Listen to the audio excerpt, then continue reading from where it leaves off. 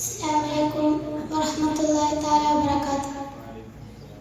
Bismillah, alhamdulillah, wassalatu wassalamu ala ashrafir rasulillah wa ala alihi wasahbihi ajma'in amma ba'd.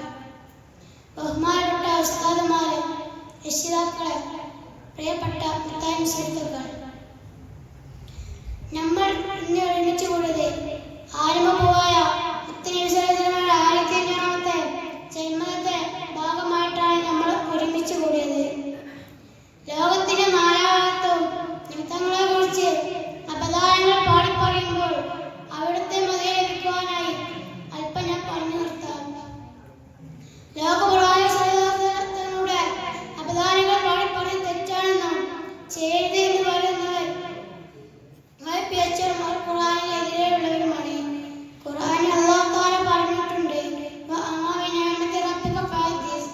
നിങ്ങൾക്ക് അല്ലാഹു തആല തന്ന നിഅമത്തിൽ നിങ്ങൾ സന്തോഷിക്കുക.